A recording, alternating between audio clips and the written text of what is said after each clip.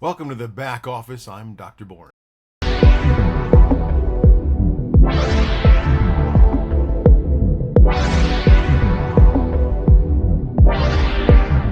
I got a new book, Convenience Store Woman by Murata Sayaka, national bestseller, who Ruth Ozeki says is a gem of a book, quirky, deadpan, poignant, quietly profound, a gift to anyone who has ever felt at odds with the world.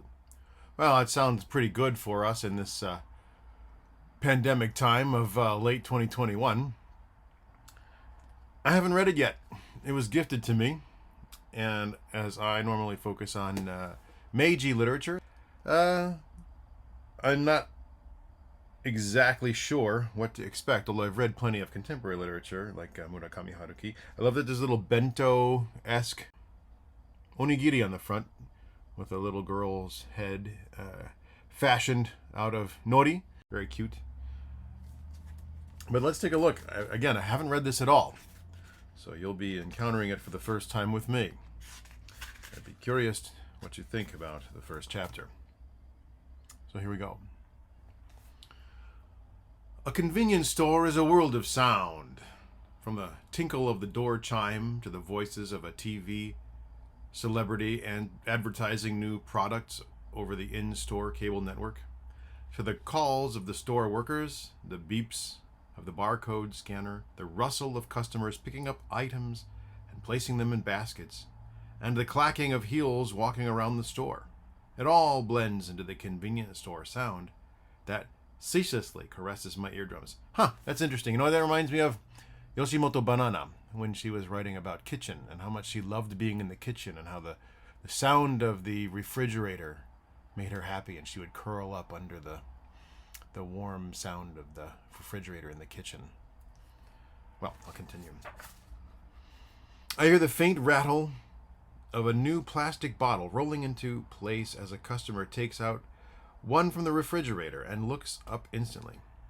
A cold drink is often the last item customers take before coming to the checkout till, and my body responds automatically to the sound. I see a woman holding a bottle of mineral water while perusing the desserts and looking back down.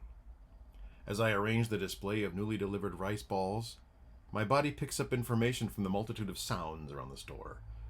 At this time of day, rice balls, sandwiches, and salads are what sell best. Must be lunchtime. Another part-timer, Sugawara, is over on the other side of the store, checking off items with a handheld scanner. I continue laying out the pristine, machine-made food neatly on the shelves of the cold display. In the middle, I place 2 rows of the new flavor, spicy cod roe with cream cheese, alongside 2 rows of the store's best-selling flavor, tuna mayonnaise, and then I line the less popular dry bonito shavings and soy sauce flavor next to those. Really? Okaka, that's what she's talking about. Onigiri with okaka. That's soy sauce mixed with bonito skipjack tuna that's been flaked and dried and then mixed with soy sauce and put in between the rice ball. Actually, that's like my family's favorite. Interesting. That's the least favorite.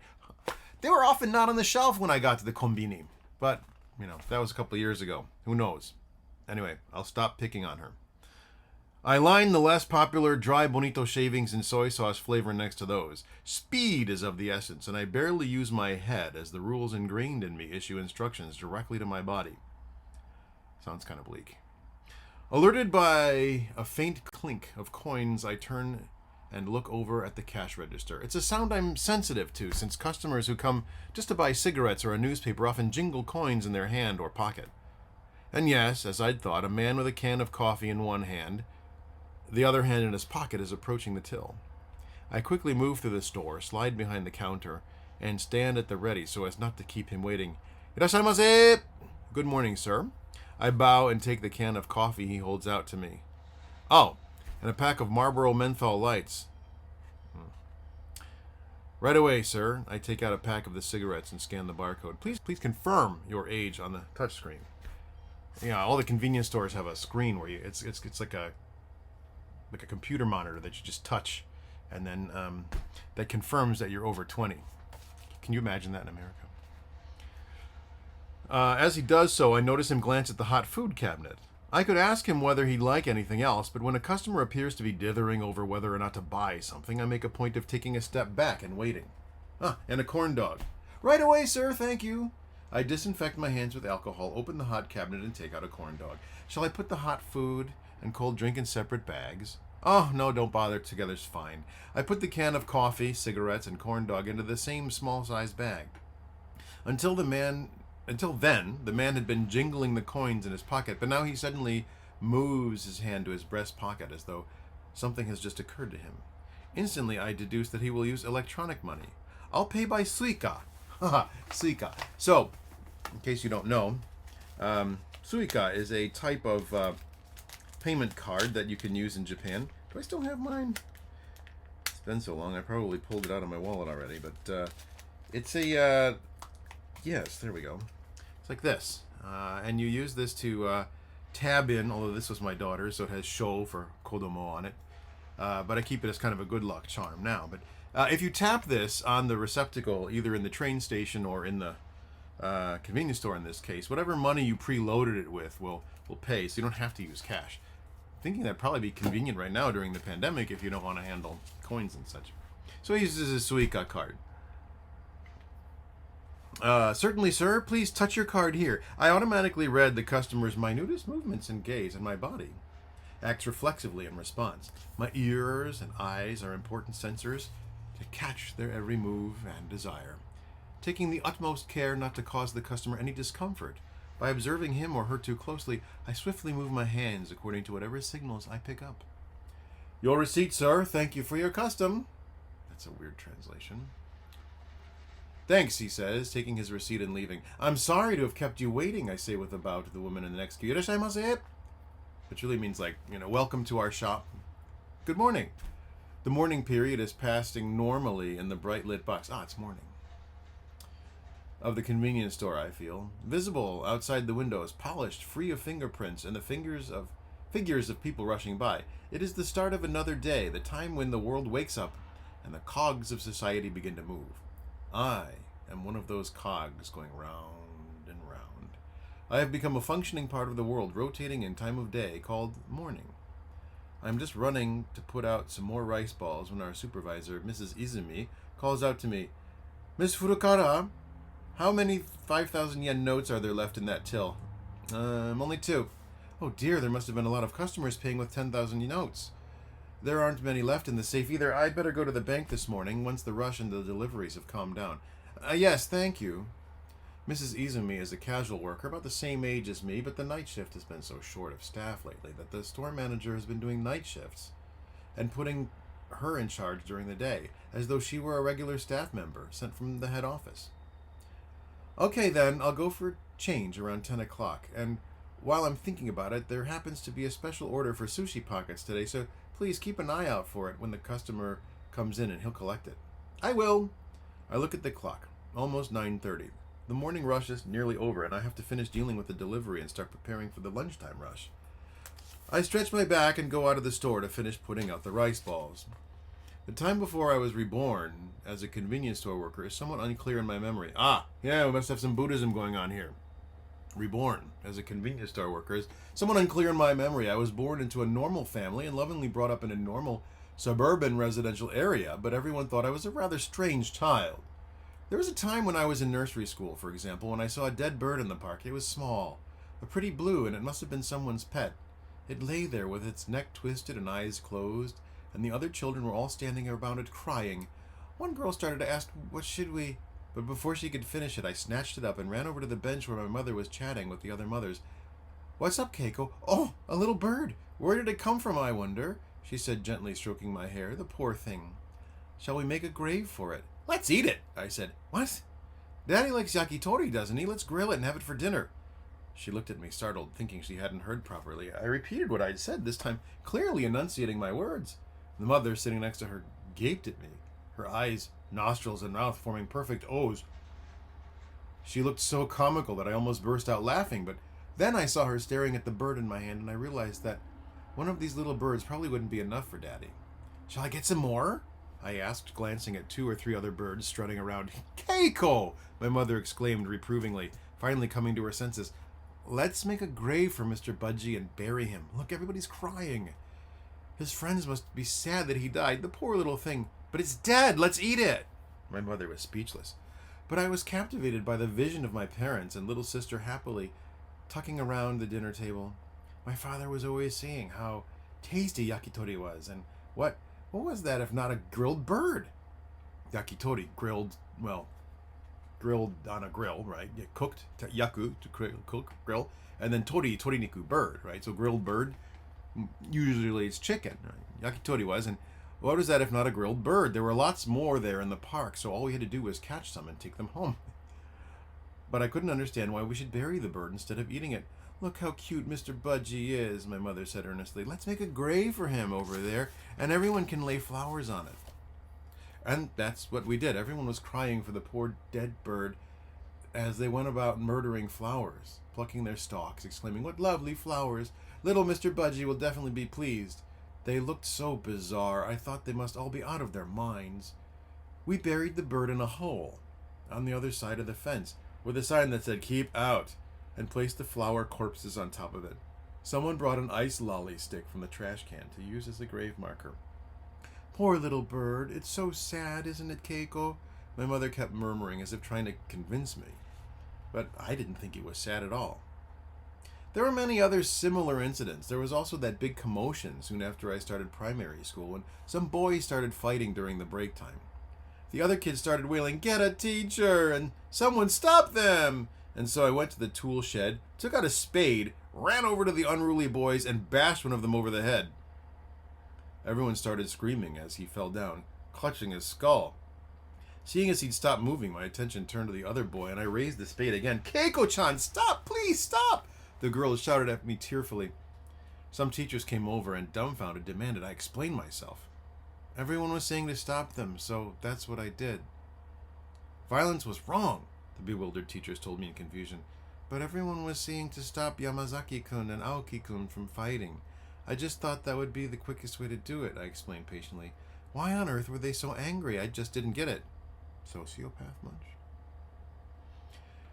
They held a teachers' meeting, and my mother was called to the school. Seeing her bowing to the teachers, apologizing over and over, her face strangely serious, I finally realized that maybe I shouldn't have done what I did, but I still couldn't understand why. It was the same that time when our young class teacher became hysterical and began bawling and hitting her desk furiously with the attendance register, and everyone started crying. She wouldn't calm down even when everyone started begging, "We're sorry, miss. Please stop, miss." So in order to shut her up, I ran over and yanked her skirt and knickers down. She was so shocked. She burst into tears, but at least she became quiet. The teacher from the next class came running in and asked me what had happened, so I explained that I'd once seen on TV how a grown-up woman who was all worked up went quiet after someone took her clothes off, but they held another teacher's meeting and my mother was summoned again. "I wonder why you can't understand, Keiko," she muttered helplessly on the way home, hugging me to her. It seemed I'd done something wrong, again, but I couldn't for the life of me understand what was the problem. My parents were at a loss what to do about me, but they were as affectionate to me as ever. I'd never meant to make them sad or have to keep apologizing for things I did, so I decided to just keep my mouth shut as best I could outside home. I would no longer do anything of my own accord and would either just mimic what everyone else was doing or simply follow instructions. After this, the adults seemed relieved when I didn't say a single word more than necessary or act on my own initiative. But as I got older, being so quiet apparently became a problem in itself. As far as I was concerned, though, keeping my mouth shut was the most sensible approach to getting by in life. Even when my teachers wrote in my school report that I should make more friends and play outside more, I doggedly refused to say anything more than absolutely necessary. My little sister, who was 2 years younger than me, was a normal child. Even so, she never tried to avoid me. Instead, she adored me. Unlike me, she was always being told off for silly little things, and whenever this happened, I would go up to Mother and ask her, why was she so angry? This generally put an end to the lecture, and my sister always thanked me for it, as if she thought I were protecting her. It also helped that I wasn't all that interested in sweets and toys, and would often give them to her. And so she was always hanging around me. My family always loved and cherished me, and that's why they were so worried and wanted to cure me. I recall hearing my parents discussing how to do this and wondered what it was about me that needed correcting. My father once drove me some distance to another town to meet a therapist. The therapist immediately assumed that there must be a problem at home. But really, there wasn't.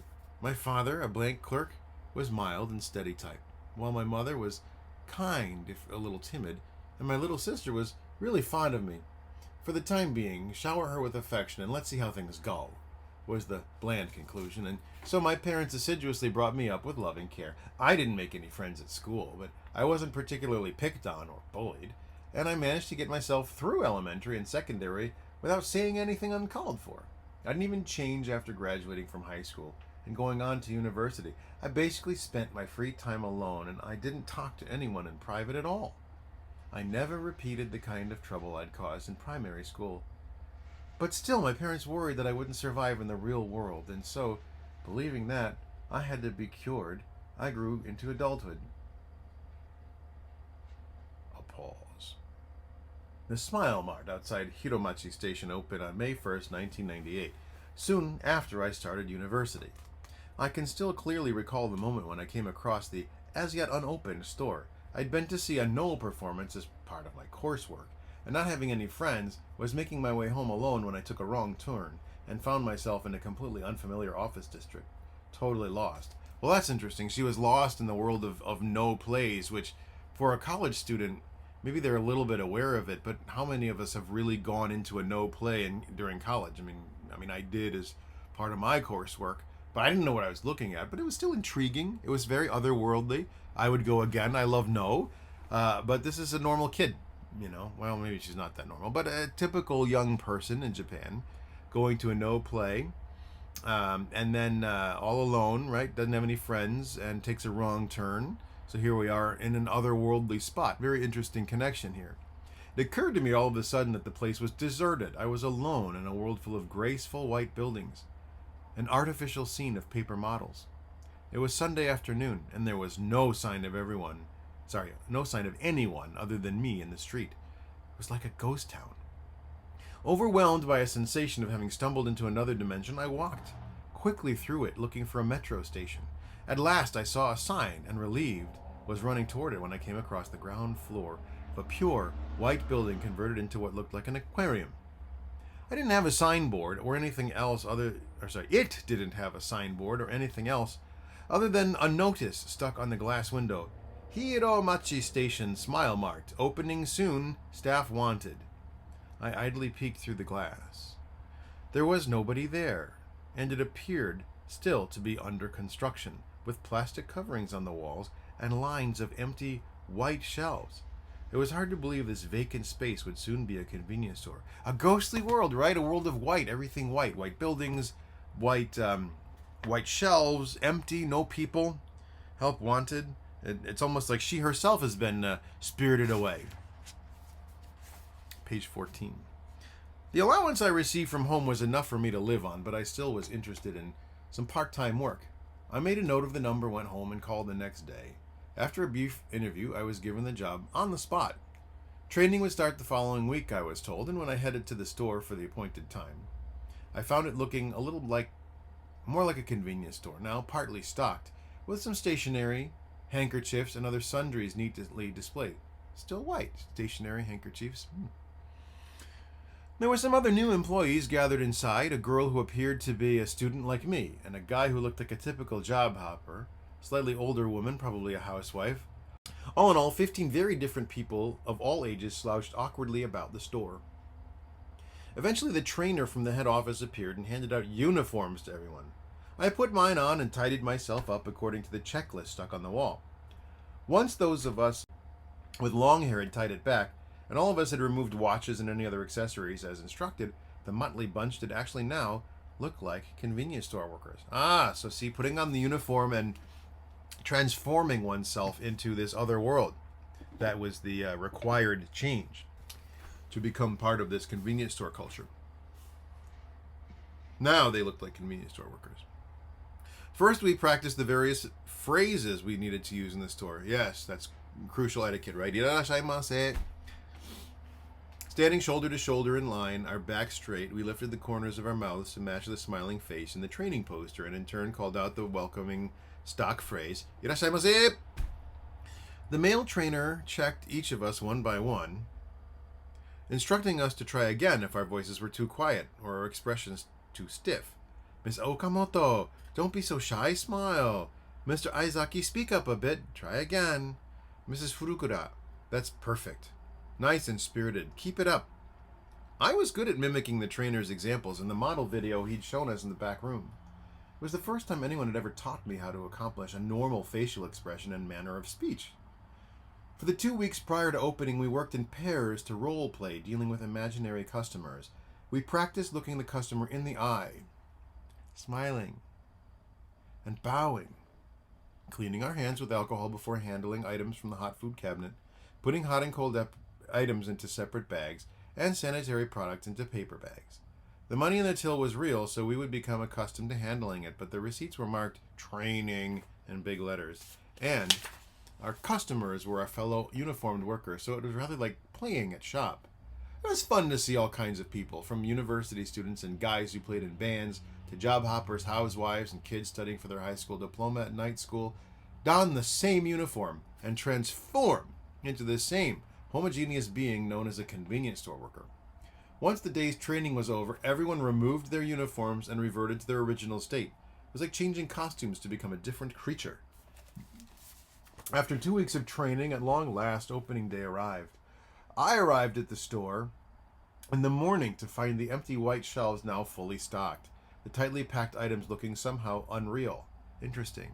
Unreal to see the reality in the store that she had entered into in its sort of white state. Finally, it was time. This is the real thing, I thought to myself as the doors opened. So playtime's over. Simulation's over. Real customers, not the imaginary ones projected in training. And then there were all kinds. Being in an office district, I'd had the image of all of our customers in business suits or uniforms. But the people waiting outside appeared to be a group of local residents. I watched on in blank amazement as a little old lady walking with a stick came in first, followed by a long stream of customers clutching discount vouchers for rice balls and lunchboxes. Hey, Miss Furukura, don't forget to greet our customers, the manager prompted me. Irashaimase! I blurted out, pulling myself together. Today we are holding a sale to celebrate opening of the store. Please, look around. Even the set phrases we'd been taught to use sounded completely different now that there were real customers in the store. I never knew customers could be so loud. Their footsteps echoed and their voices rang out as they walked around the store, confectionery packs rustling as we tossed them into the baskets. The refrigerator door clunking open and shut as they took out cold drinks. Overwhelmed by the sheer volume, I kept yelling out, "Irashaimase!" over and over again. The mountain of food and confectionery that was so perfectly displayed, it looked artificial, soon crumbled under their hands. The store had looked almost fake, but now under their touch it was being vividly transformed. The first at the cash register was the same little old lady who had been the first through the door. I stood at the till, mentally running through the manual as she put her basket containing a shoe cream. A shoe cream is a cream puff. A little kind of like a bread type pastry with cream injected, not too sweet, and a little bit kind of chewy on the outside. A sandwich and several rice balls down the counter.